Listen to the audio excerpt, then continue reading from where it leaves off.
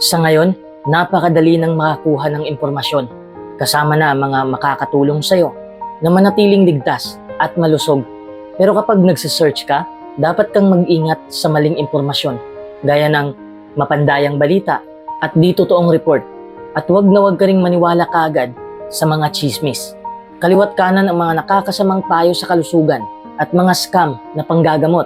Ang daming kasinungalingang maririnig sa telebisyon at radyo. Laganap din sa internet ang mga conspiracy theory. Normal na sa mga tao ngayon na ilabas ang galit nila o ipakita na may pagtatangi sila sa ibang tao o grupo. Siyempre, hindi na bago ang mga maling impormasyon. Pero inihiwala ng Biblia na sa panahon natin, ang masasamang tao at mga impostor ay lalo pang sasama. Sila ay manliligaw at maililigaw. Dahil sa internet, mas madali at mas mabilis na tayong makatanggap at di sinasadyang makapag-share ng maling balita. Kaya naman ang ating email, social media account at newsfeed ay puno ng impormasyong hindi naman totoo o may halong kasinungalingan. Paano mo maiingatan ang sarili mo sa mga maling impormasyon at conspiracy theory? Pag-usapan natin ang mga prinsipyo sa Biblia na makakatulong. Number 1. Huwag basta maniwala sa nakikita mo o naririnig. Ang sabi ng Kawikaan 14:15, pinaniniwalaan ng walang karanasan ang lahat ng naririnig niya, pero pinag-iisipan ng marunong ang bawat hakbang niya. Madali tayong madadaya kung hindi tayo mag-iingat. Nagkalat sa internet ang mga larawang may caption at maikling video, lalo na sa social media. Tinatawag itong mga meme at kadalasan ng ginagawa ito para magpatawa. Pero napakadaling baguhin ang mga larawan o video o gamitin ito ng walang context. Ibig sabihin, kukunin lang ang isang parte sa sinabi ng isang tao, pero hindi kasama ang iba pa niyang sinabi. Kaya nagbabago ang kahulugan nito. Mailan pa nga na kayang gawa ng video ang isang tao na para bang sinasabi niya o ginagawa ang isang bagay kahit hindi naman talaga. Number 2, suriin ang pinagmula ng impormasyon at ang nilalaman nito. Ang sabi ng unang Tesalonica 5:21, tiyakin ninyo ang lahat ng bagay. Bago maniwala o ipasa sa iba ang nabasa mo o napanood mo, siguraduhin mo muna kung totoo ba ito, kahit nakalat ito o paulit-ulit ng ibinabalita. Paano? Suriin ang pinagmula ng balita.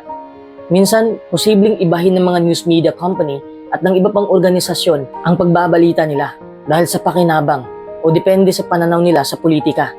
Kaya ikumpara ang napanood mo sa iba pang nagbalita nito. Kung minsan, di sinasadyang nakakapag-email o nakakapag-post ng maling impormasyon ang mga kaibigan natin. Kaya wag mong bastang paniwalaan ang isang bagay hanggat hindi mo natitiyak ang talagang pinagmulan nito. Siguraduhin tama at updated ang nilalaman ng balita. I-check ang petsa at iba pang detalye. Pati na mga ebidensya na magpapatunay dito. Lalo nang mag-ingat kapag parang masyadong pinasimple ang komplikadong impormasyon o kapag ang intensyon ng balita ay para maapektuhan ang emosyon mo. Sa ngayon, ang pagsusuri kung totoo ang impormasyon ay parang kasing halaga na rin paghuhugas ng kamay. Number 3. Alamin ang totoo, hindi kung ano ang gusto mong paniwalaan. Ang sabi ng Kawikaan 28:26, ang nagtitiwala sa sarili niyang puso ay mangmang. May tendensya tayong paniwalaan ang mga impormasyong gusto nating paniwalaan. At kadalasan, kung ano ang mga hilig natin, iyon ang ipinapadala ng mga internet company sa social media at newsfeed natin. Pero ang totoo, hindi laging ang gusto nating marinig ang dapat nating marinig. May kakayahan ng mga tao na mag-isip at maging lohikal. Pero naapektuhan ito ng mga kagustuhan, inaasahan, kinakatakutan at interes natin. Kaya mas malamang na isipin nating totoo ang isang bagay kung ito ang gusto nating paniwalaan. Number 4, huwag magkalat ng maling impormasyon.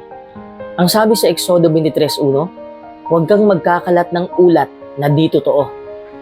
Tandaan na ang impormasyong sasabihin mo sa iba ay makakaapekto sa iniisip nila at ginagawa. Kahit hindi mo sinasadyang magpasa ng maling impormasyon, may masamang epekto pa rin yun. Ang number 1 rule ay huminto at tanungin ang sarili. Totoo ba talaga itong isi-share ko? Kung gagawin niya ng lahat, maraming maling impormasyon ang mababawas sa internet.